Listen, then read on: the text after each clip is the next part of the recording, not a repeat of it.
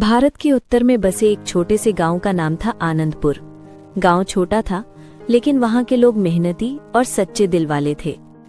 उसी गांव में एक लड़का रहता था, राहुल। राहुल का स्वभाव बहुत अच्छा था।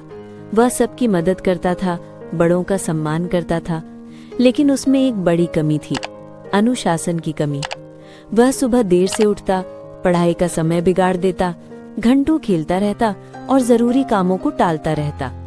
उसके माता पिता अक्सर कहते, राहुल, अगर तुमने अनुशासन नहीं सीखा तो जीवन में कभी आगे नहीं बढ़ पाओगे।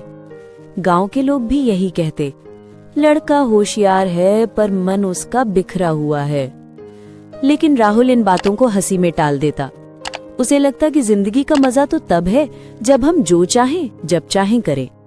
वह नहीं जानता था कि बिना अनुशासन के आजादी भी बेड़िया बन जाती है।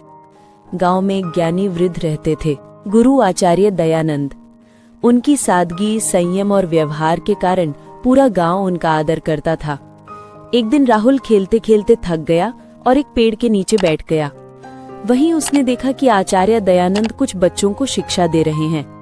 गुरुजी कह रहे थे, बच्चों, याद रखो, अनुशासन सबसे बड़ी शक्ति है। ये इंसान को महान बना देता है। राहुल ये सुनकर सोच में पड़ गया, क्या सचमुच अनुशासन बुद्धि और ताकत से भी बड़ा होता है?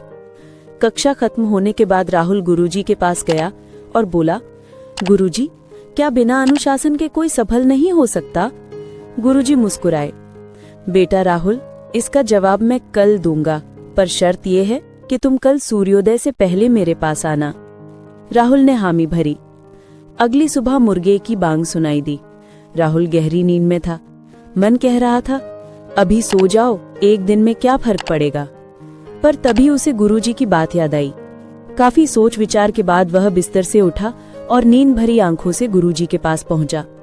गुरुजी मुस्कुराए, अच्छा, तो तुमने अपनी पहली जीत पा ली। ये जीत छोटी नहीं है, क्योंकि इंसान की सबसे बड़ी दुश्मन उसका आलस्य होता है। गुरुजी उसे गांव के पास के खेतों में ले गए। सूरज की पहली किरणें फैली थी। किसान अपने अपने काम में लगे थे। कोई हल चला रहा था, कोई बीज बो रहा था।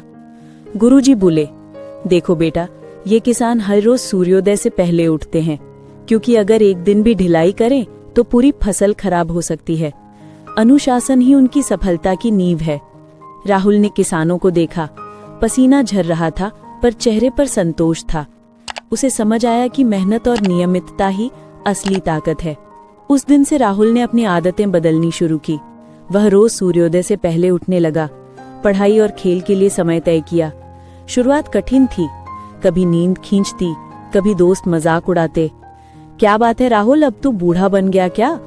कभी कभी उसका मन हार मानने लगता, पर फिर गुरुजी की बात याद आती, अनुशासन का मतलब है खुद पर विजय पाना। धीरे धीरे राहुल ने खुद पर नियंत्रण करना सीख लिया। उसने महसूस किया कि अनुशासन कोई एक दिन का काम नहीं, बल्कि एक आदत है जो रोज के छोटे प्रयासों से बनती है। गुरुजी हमेशा कहते, नदी हर दिन बहती है, इसलिए चट्टानों को भी काट देती है। वैसे ही रोज थोड़ा थोड़ा अनुशासन जीवन के बड़े बड़े बदलाव लाता है। कुछ वर्षों बाद वही राहुल, जो कभी आलसी और लापरवाह था, गांव का सबसे अनुशासित और विद्वान युवक बन गया। उसने शिक्षा पूरी की और अब गांव के बच्चों को पढ़ाने लगा। लोग कहते, राहुल की असली ताकत उसकी बुद्धि नहीं, उसका अनुशासन है। एक दिन गुरुजी ने राहुल को बुलाया और कहा, बेटा, मुझे तुम पर गर्व है। तुमने अपने जीवन की सबसे बड़ी लड़ाई जीत ली, आलस्य पर जीत। राहुल ने विनम्रता से कहा, गुरुजी, अगर आपका मार्गदर्शन न होता तो मैं शायद कभी खुद को नहीं बदल पाता।